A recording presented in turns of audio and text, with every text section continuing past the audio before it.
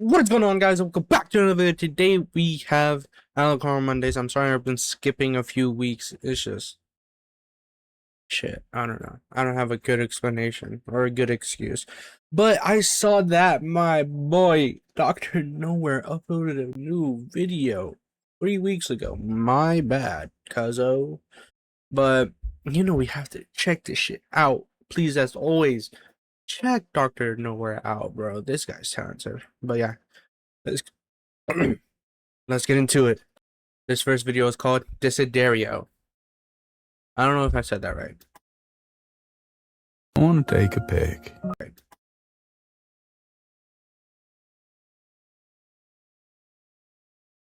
So silent.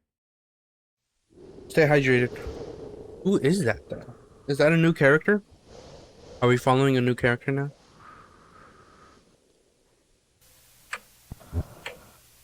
Ooh. What happened?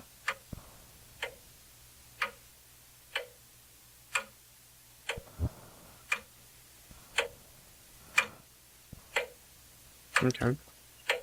Just breathing. No toes. You okay?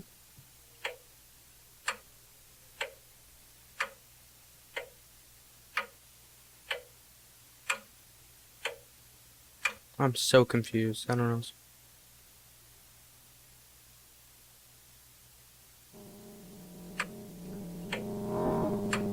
What is that? What is that?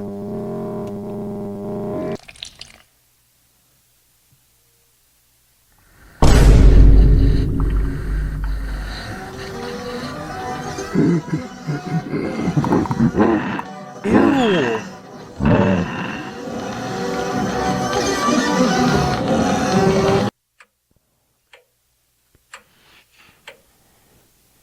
Are you okay? Oh! Ew! Damn! Okay. Oh. Kill Aaron. Ivermectin? I don't know. This guy has a whole room in his stomach. I don't know. Is that a stomach?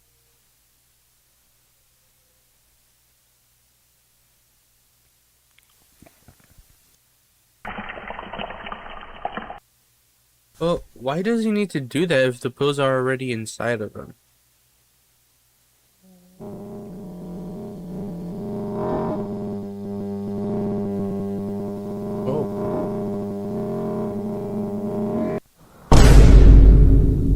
Oh. Is he having a panic attack?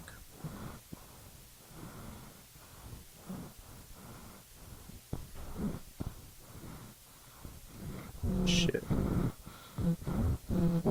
He's visualizing his lungs. What is that thing? Dude, what is going on? He's protecting himself. In his own home. Oh no. He's trying to get that thing out now.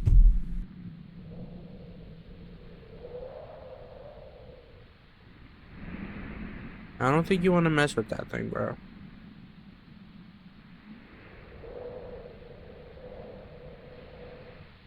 Ooh. I don't like it. I don't like it. I don't like it.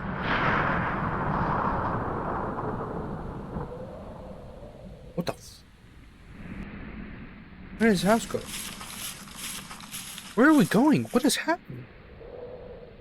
Oh, hell no! What are we doing here? There's a storm coming, friend.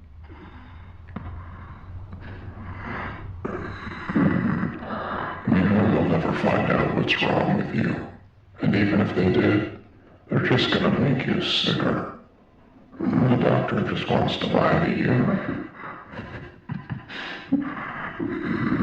They're gonna keep pumping you full of things that fix one problem and then make a worse one.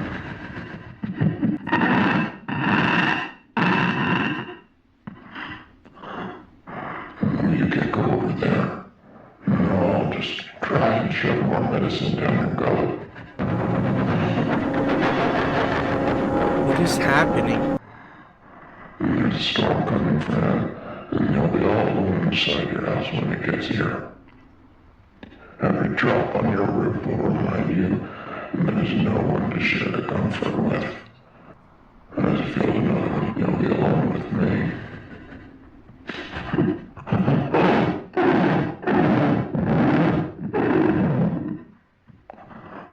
You remember our deal, don't you? You should be grateful to even be here.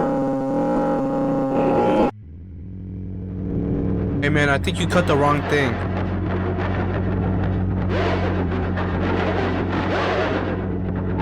What is?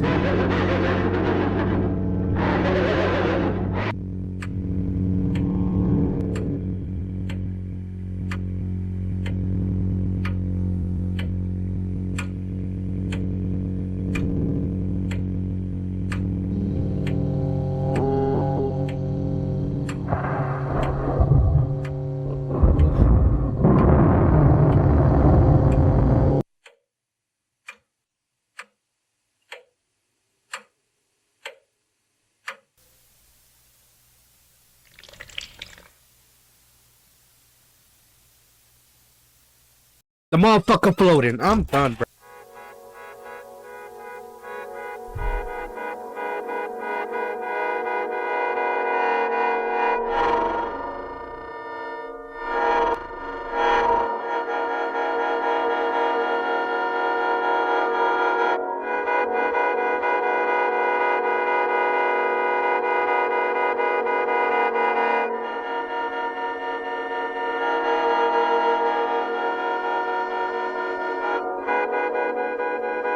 And that's it. And that's it.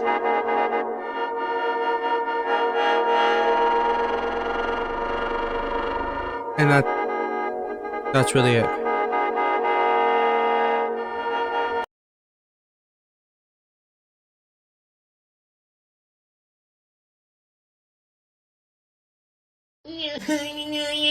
What the f? Alright, for this next installment, we have Vita Carnis. Living meat research. Living meat. Documentary 1. Intro and the crawl. This video talks about and shows graphic content like continent. That shit is lit! No, I'm just kidding, I'm sorry. Gore, violence, death, and flashing lights. Viewer discretion is advised. What a low pressure. We don't give a fuck. 500,000. On planet Earth, life has thrived for millions of years. Creatures big and small have found ways to adapt and evolve to flourish in all types of environments. Yes, sir. From barren wastes to lush forests, life can be found. Ugly Earth ass has bear. homed these creatures since the dawn of life itself. Only until very recently, things have changed. New life forms have appeared all around the globe and completely changing the balance of nature and what we know about evolution itself. That is why we, at National Living Meat Research, Whoever came up with a name, fire them immediately. Fire them immediately! have been studying these new species, trying to help educate everyone about these creatures and their wondrous ways of life. First, what are these new life forms? Well, if I know. Since their explosive arrival across the globe in 1931, there has been much debate on what these newcomers are, and where they came from. Are they extraterrestrials coming to invade Earth? Or Yes. are they demons who come from hell to purge humanity? Maybe From even what our worse. scientists have discovered, no. The origins of these creatures are solely to Earth, miraculously out of nowhere. We don't know why or how, but They one were thing is for resting? certain, Earth is now their home. I'm sick, I think. I don't know. What these creatures are is mysterious and still not well known today. But here is what we do know. These creatures are comprised mainly of muscle tissue, organs, and bones. They greatly resemble animals with no skin, or store-bought meat. Because of these characteristics, they have been named accordingly as Vita Carnis. The Carnis species consume decaying, organic matter, but their main diet is composed of raw meat, not including their Carnis relatives. The Carnis only appear in places where there is an abundance of crawl, which leads to the first creature of the Carnis species, the crawl. Oh my fucking god, how original. The crawl is a growth of meaty tendrils that closely resemble the small intestine, the only difference being the dark red coloration. These tendrils grow in a similar pattern as vines, mold, or fungi. A primary stem structure is the host to divisions of other, smaller branches. In each tendril contains a variety of veins, arteries, and other similar organs used to transport nutrients absorbed from its surroundings. The ends of these tendrils are equipped with organelles used to absorb water and organic matter necessary for growth. The source of these organic materials is mainly found in dirt and soil on surrounding surfaces. Using its root-like tendrils, it absorbs the material and processes it into usable energy. Although, the crawl also obtains energy through another means. Eating us. Using a sophisticated form of photosynthesis. The dark pigmentation of the smaller branches is ideal for absorbing sunlight, and therefore allowing solar energy to fuel the crawl's growth. Damn, that's not good. Because of its efficiency, it thrives in almost all types of environments, easily allowing it to spread across the world and can be found pretty much anywhere. Its recent inclusion in the ecosystem has caused many major changes in nature's balance. One may assume that the crawl's presence may outcompete any other competitors, but due to its unique life cycle, where old branches fall off and decay into nutrient-rich compost, all forms of life seemingly flourish instead. The crawl's abundance grants plenty of nourishment to all animals, from plants feeding on the decayed crawl, herbivores thriving on increased plant population, and carnivores feeding on both the abundant prey, and are able to eat the crawl as well. The presence of all these animals leave behind waste, which will be broken down and consumed by the crawl, and the cycle begins again. This form of symbiosis leads to an environment where all populations thrive. Humanity also uses the crawl to our advantage. Because of the supernatural rate of growth and its richness in nutrients, it has been sustainably cultivated into domestic farms. The crawl is harvested and processed into fertilizer, which greatly increases crop yield and quality. The crawl may also be used as a food source for humans, and reliably so. But due to its unkindly appearance and taste, it has yet to reach cuisine standards. Cuisine? The crawl also plays a very important role in the next creatures that we have been studying. Sometimes, in a crawl-populated environment, a node of meat may develop on one of the branches. This node will fall off and grow into a functioning organism, and go to live on as an independent animal. This leads us to the upcoming species that we will be discussing. The first of these creatures are the Trimmings.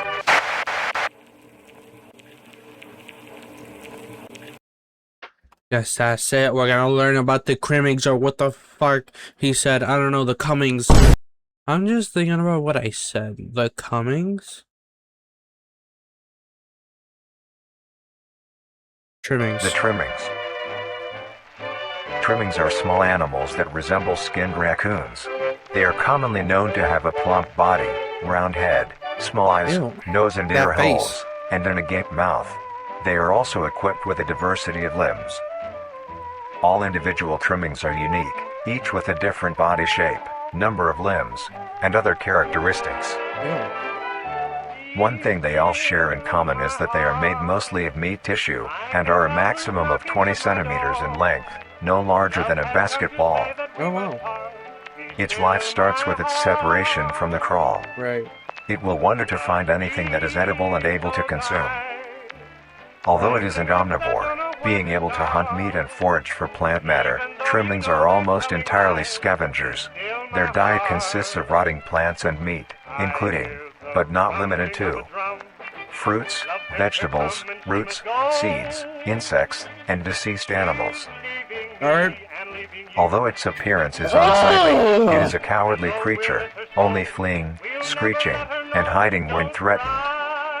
Because of its lack of defensive Kill that traits, thing. it lies near the bottom of the food chain, making it easily overpowered and picked off very regularly by predators.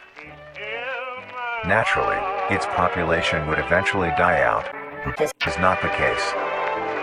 The crawl constantly produces a large quantity of trimming nodes, keeping up their numbers. Naturally, trimmings can be found wherever there is abundant crawl. Trimmings grow at a decent pace, reaching maturity at around 7 months, having a maximum lifespan of 2 to 4 years. Damn. Although they are plentiful, humanity has no proper way to implement trimmings into society. Their overabundance has even considered them pests, due to them digging through trash bins and making excessive noise at night. Ooh. I hate this thing. Besides all of this, some people still keep trimmings as pets, and relatively domesticate them. Kill them too! Nuisance What? or not, trimmings are a wondrous creature. From their plentiful numbers, to their skittish nature, they are truly a thing to behold. The next species on our list is the meat snake. Is no one questioning why the fuck? Who is naming these things?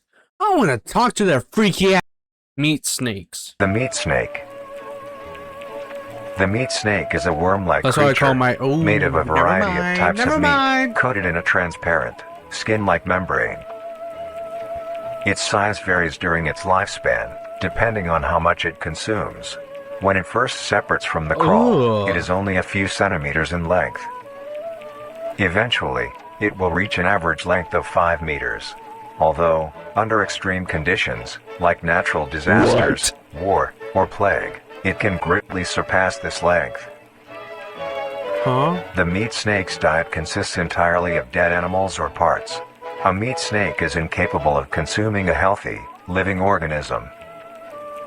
The meat snake That's good. locates its food by using a tongue-like organ covered in Ooh. sensors to touch and feel its environment. The sensors catch particles of Is that decaying literally meat, what it does? notifying the meat snake that there is food nearby. This process shares many similarities to regular snakes, hence the meat snake's name. Once it locates the corpse, the meat snake will open its jaw and swallow the entire body whole. Once the entire body is consumed, the meat snake's stomach will release a variety of chemicals. Some will break down soft tissue like skin, and the connection points between muscles. Others chemicals will then ferment and preserve the tissue to keep it from breaking down for as long as possible. After that, the remaining flesh and bones will move along the meat snake's tract, and slowly be implemented into its own structure, extending the meat snake. What? I think they shit Unsatisfactory it out. parts like skulls, pelvises, hair, and fingernails will be excreted. What the fuck has fingernails besides?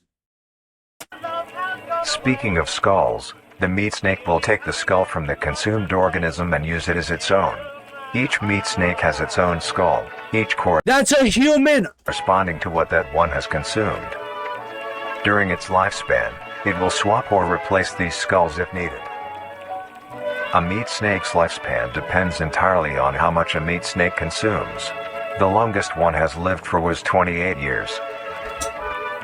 The meat That snake motherfucker can own a house and a mortgage! has no predators and is immune to disease due to its preserving chemicals. The only significant ways a meat snake can die is through starvation, burning, or complete destruction of the meat Burn that bitch! Burn him! snake's membrane coating. Interestingly, the meat snake is the only member of the Carnis family that is able to reproduce.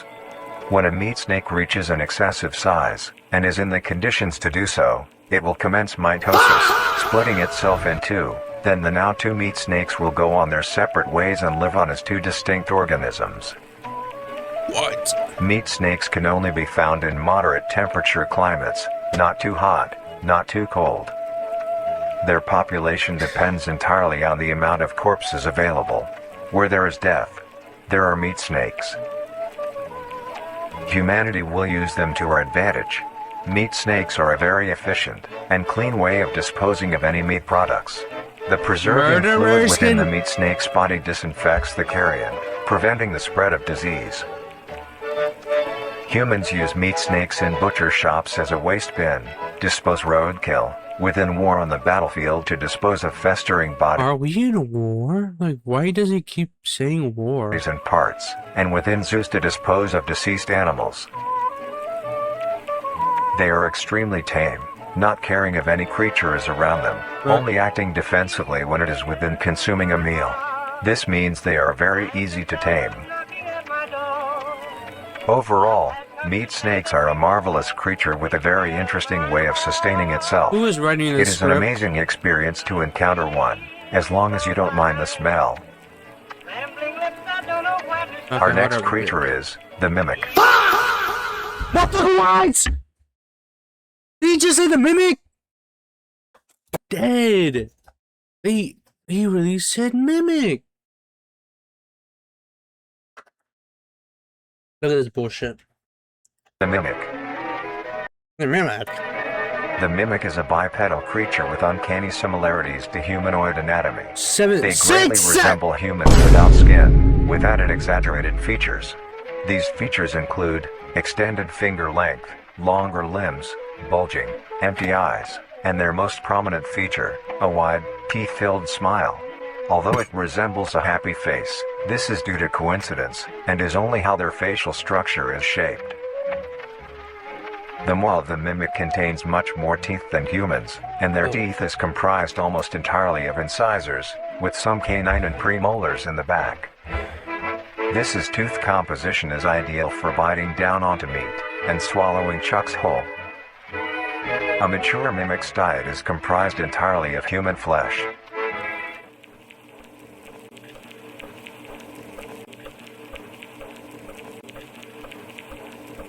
Because of this, they are found solely around human-populated areas. The mimic's life cycle is made of 3 stages. In the first stage, a young mimic separates from the crawl. Kill it from there. They closely resemble their trimming relatives, Kill them all. but are thin, Kill it. sleek, and only have 4 Shoot it. appendages. Burn it. Alright, In this stage, the young mimic will hunt small animals, moving on to larger and larger as they grow. Once large enough, it will begin metamorphosis into the next stage of life. Once fully transformed, it will resemble the description mentioned in the beginning. Its that's only its second phase? hunting style changes and becomes much more complicated. It now stalks and feeds only on humans. It will locate human-populated area and begin its search for an easy target. To blend in, it may use objects to conceal itself. These include clothing, mannequins, and furniture.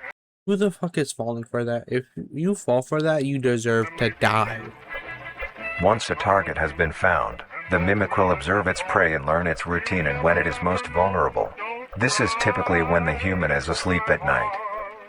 Once the prey is within position, the mimic will Right when it's there.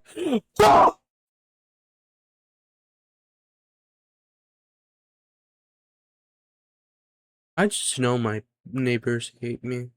advance silently until it is close enough. The mimic will then execute and immediately begin consumption. Back shots of the devil. Once the mimic has had its fill, it will leave the scene, a fair distance away from the human population, and begin to digest its meal. Although, in the case that a human is awake, a mimic will use a variety of sounds to either lure or startle. I was trying to get a water. My heart sank to my asshole. Prey into cornering themselves. Once a human is in place, it will swiftly attack and kill the helpless target.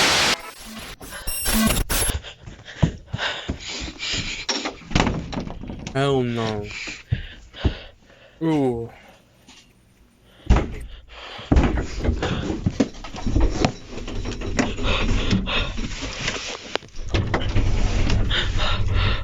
Okay, you deserve to die. You cornered yourself. Unless if there was a window. Oh! My bad.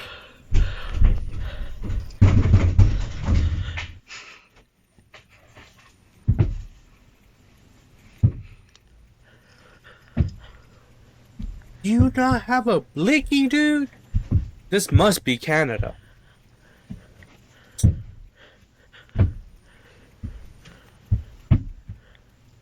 Stop breathing.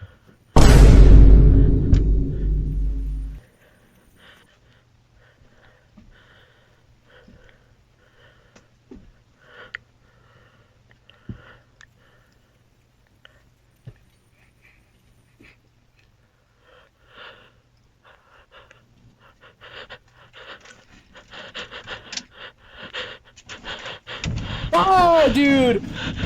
Oh, got he! Got he? I want to take a pic.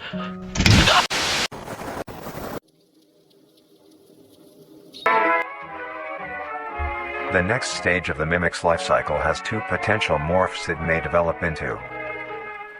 If a mimic has a consistent supply of food, it will develop more human-like features. It will grow skin, hair, and by the end will look nearly identical to a human being. It now can blend entirely into civilization, and lure other humans more effectively. The second type of morph happens when a mimic receives an overabundance of food. It will grow into a larger, more evolved hunter. Its proportions will increase in length, and its humanoid features will fade away. It grows a thick, dark coating of a flexible skin, which is highly durable, and increases in strength the more the elder mimic consumes. This excludes the face, which is now coated in a pale pink skin. The mimic's teeth have also moved deeper into the mimic's throat, leaving its mouth a toothless grin. It uses the dark hue of its skin to hide seamlessly within a dark environment. Its skills have also been heightened. This makes an elder mimic one of the most efficient predators on the planet. Because of the obvious threat this poses on humanity, nations around the world have released instructions on how to be able to fend for yourself in a mimic encounter. Here are the instructions. 1. Avoid going out alone if your location is known to have mimics, or I don't do that in the first place. there have been mimic sightings. 2. If you encounter a stationary mimic, seemingly unfazed by your presence, quietly leave the location and alert your local authorities. 3. If pursued by a mimic, get yourself into a position where you are able to flee. Mimics will rarely attack if a person has a clear escape route. Okay, good. 4. In So the they're event not that fast. you have been cornered by a mimic, roll into the fetal position, protecting your neck, face, and vital organs from attack. What the fuck is that gonna do? Make as much noise as you can to alert any other people. That's all you're getting from me. 5. If you have a weapon, do not use it. A mimic is fairly resilient, and any strikes or shots on a mimic is not effective enough to bring it down in time. My bad. Instead, use it as a barrier between you and the mimic to block any attacks. 6. In a situation where a mimic is hunting in the immediate area, and is not aware of your position, hide somewhere low, like under a bed or behind other furniture. A mimic will not linger too long to search for prey, and will move on. Be safe, and avoid any encounters with a mimic at all costs. Next up, the harvester. And that's where we're gonna leave it, to be honest. Oh, wait, more.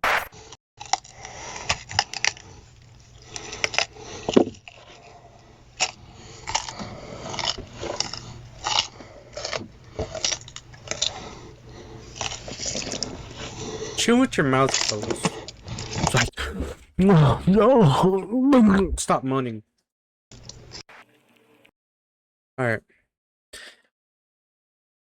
Anyways, guys, that will be all for today's video. I hope you guys did enjoy this video. If you did, please drop me a like rating down below. And hey, if you're new, please subscribe to the channel. It helps me out a lot. And it tells me if you like the content that I'm making. And yeah, look, check out the channels, really. And that'll be all. See you in the next video. Bye.